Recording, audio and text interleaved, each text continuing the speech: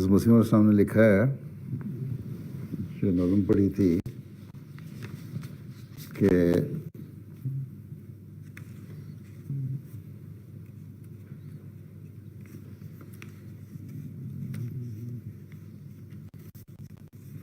ہم نے اسلام کو خود تجربہ کر کے دیکھا کہ مطلب یہ نہیں کہ صرف مسلمان تھے اور سمجھ لیا اور کہہ دیا ہم مسلمان ہیں، بلکہ خود غور کیا، سمجھا، قرآن کو سمجھا اور پھر نشان دیکھے، اللہ تعالیٰ کی تائیدات دیکھیں، پھر اسلام پہ یقین آیا۔ اسی طرح ہمیں صرف اس لیے نہیں کہ ہمارے ماں باپ مسلمان ہیں، احمدی ہیں، تو اس لیے ہم احمدی مسلمان ہیں، یا انہوں نے وقف کر دیا تو ہم نے وقف کر دیا۔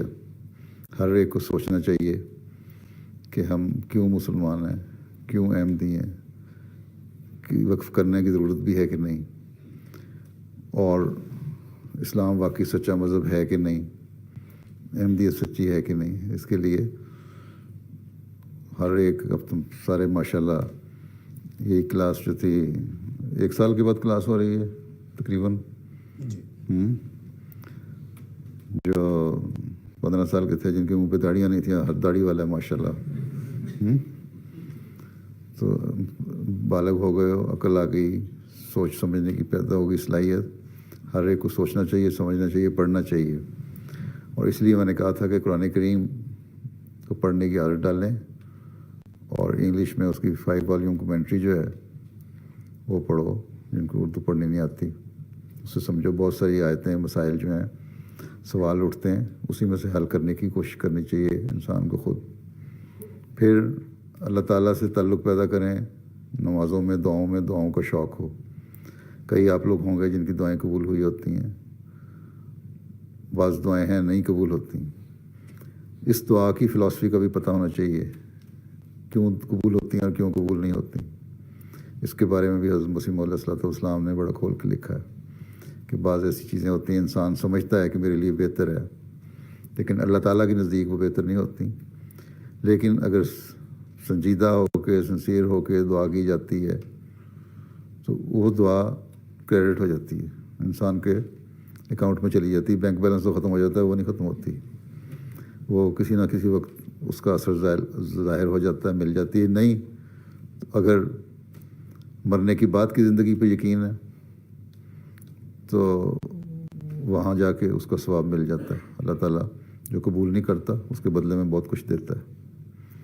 یہ سوچ ہونی چاہیے اور تجربہ ہونا چاہیے، اور اس کے لیے تبھی پیدا ہو سکتی ہے جب آدمی خود 5 وقت نمازیں پڑھنے والا ہو، اللہ تعالیٰ سے تعلق پیدا کرنے والا ہو۔ جب اللہ سے تعلق پیدا ہوگا تو تبھی صحیح رنگ میں اللہ تعالیٰ کی ہستی کا بھی ایک شعور پیدا ہوگا، ایک کانسیپٹ پیدا ہوگا۔ آج کل سوال اٹھتے ہیں نا کہ خدا ہے بھی کہ نہیں ہے، یا ایک دوسری صورت بن گئی ہے جو مسلمانوں کی، جن کو گائیڈنس کوئی نہیں ہے، اور وہ ملا کے کہنے پہ یا بعض تنظیموں کے کہنے پہ ریڈیکلائز ہو رہے ہیں۔ یہاں جاب نہیں ملتے، فرسٹریشن ہے ان کو، تو جا کے آئیسس یا دوسری جو تنظیمیں ان میں شامل ہو جاتے ہیں۔ اگر یہاں ان کو جاب ہوں، کوئی مصروفیت ہو، خدا تعالیٰ کی صحیح تعلیم کا علم ہو، یہ پتہ ہو، جس طرح بھی انہوں نے پڑھا ہے، حضرت صلی اللہ علیہ وسلم رحمۃ للعالمین تھے، تو پھر اس قسم کی چیزیں نہ ہوں۔ اسلام کی تاریخ میں کہیں بھی یہ ثابت نہیں ہوتا کہ مسلمانوں نے پہلے حملہ کیا ہو۔ کم از کم پہلے خلفائے راشدین جو تھے، 4 خلفاء، ان کے زمانے میں، بلکہ اس کے بعد کے زمانے میں بھی، بلکہ اس سے بھی بعد، کہیں نہ کہیں ایسے حالات پیدا کیے گئے جس کے بعد مسلمانوں نے جنگیں لڑیں۔ ہو سکتا ہے چند جنگیں ایسی بھی ہوں جو صرف جنگ کی خاطر زمینیں لینے کی خاطر، جیوگرافیکل گینز کی خاطر یا اور خاص چیزیں لینے کے لیے لڑی گئیں، لیکن اکثر جنگیں اسی طرح ہوئیں۔ کل میں نے یہاں تھا جو پیس کانفرنس میں مثال دی تھی کہ چین میں اسلام پھیلا، یہ حضرت مسیح موعود علیہ السلام نے لکھا ہے، تو چین میں اسلام کوئی جنگ لڑ کے نہیں پھیلا، اور بہت بڑا وسیع علاقہ مسلمان ہوا جو پاکستان کے بارڈر کے ساتھ لگتا ہے اور آگے آتا ہے، بڑی کروڑوں کی آبادی ہے وہاں۔ ساؤتھ انڈیا میں اس صحابہ کے زمانے میں اسلام چلا گیا تھا، کوئی جنگ لڑ کے نہیں گیا تھا، بلکہ سندھ میں کے ذریعے سے جو ہندوستان میں اسلام پہلے آیا محمد بن قاسم کے ذریعے سے، وہاں مجھ سے ایک سوال کیا تھا کل جرنلسٹ نے کہ اسلام تو وہاں کہتے ہو تم اس طرح نہیں پھیلا، انڈیا میں تو جنگ کر کے گیا تھا۔ اس کو میں نے کہا میں نے مثال ساؤتھ انڈیا کی دی تھی۔ دوسرے، یہ جو مثال جب محمد بن قاسم نے حملہ کیا اس وقت بھی پہلے ایک مسلمان عورت کی ایک شکایت پہنچی تھی راجہ طاہر کے زمانے میں۔ راجہ طاہر تھا وہاں کا بڑا ظالم بادشاہ راجہ سندھ میں، اس نے کچھ ظلم کیے تھے، اس پہ انہوں نے حملہ کیا تھا۔ تو کہیں نہ کہیں کوئی بہانہ بنا جو مسلمان پہ پہلے ظلم ہوئے، جس کی وجہ سے پھر جنگ ہوئی، پھر آگے فتح ہوتا چلا گیا۔ اس کے بعد پھر جب ایک دفعہ چلے گئے مسلمان، پھر آگے بڑھتے چلے گئے۔ اب ایسٹ یورپ میں جو بہت سارے مسلمان ملک ہیں، ان میں سے اکثریت ایسی جگہیں ملک ہیں جو پیغام پہنچا تھا، جنگوں سے تو نہیں آئے تھے۔ اسپین میں جب مسلمان آئے ہیں تو یہ سمندر کے ساتھ ساتھ چلتے چلتے یو کے میں بھی پہنچ گئے، دوسری طرف سے اٹلی اور وہاں سے ہو کے نکل کے فرانس سے آگے بوسنیا سربیا وغیرہ کی طرف بھی چلے گئے، لیکن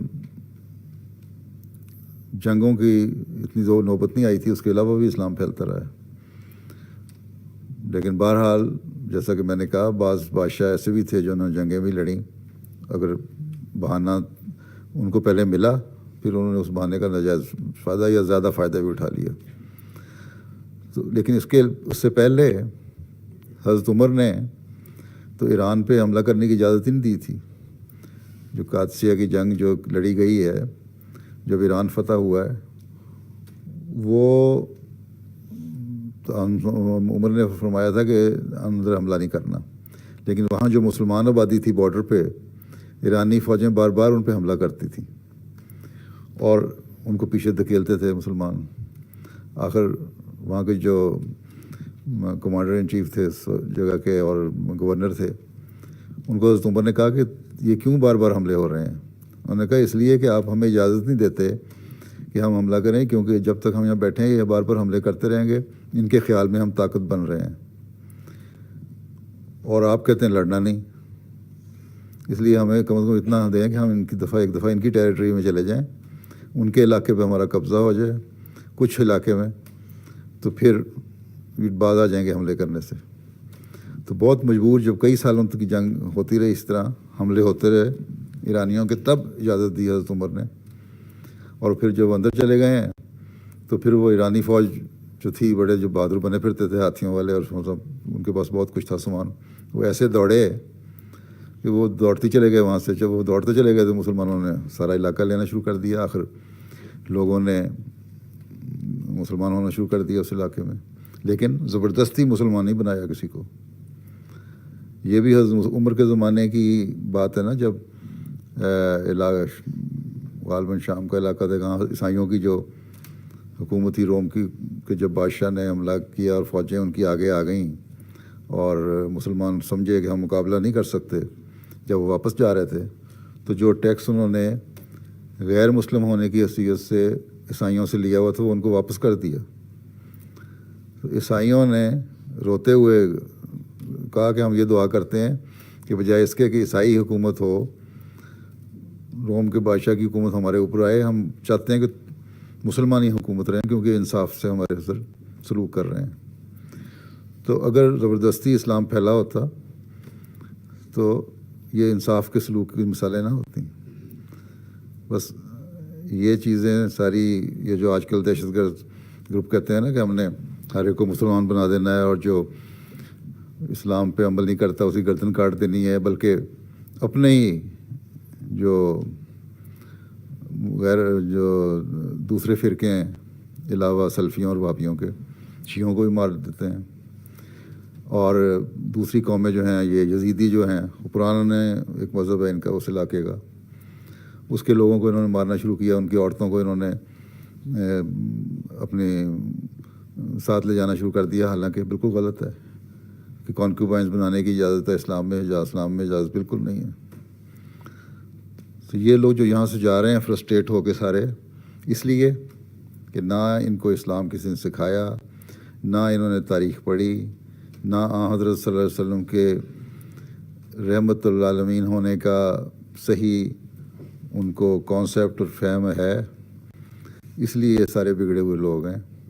اس لیے میں کہتا ہوں کہ ہمیں پڑھنا چاہیے، قرآن کریم بھی پڑھنا چاہیے، تفسیر بھی پڑھنی چاہیے، سیکھنا چاہیے. آپ لوگ جو واقف نو ہیں سارے خاص طور پر پڑھیں تاکہ پتہ لگے کہ اسلام اور قرآن کی تعلیم کیا ہے. ٹھیک.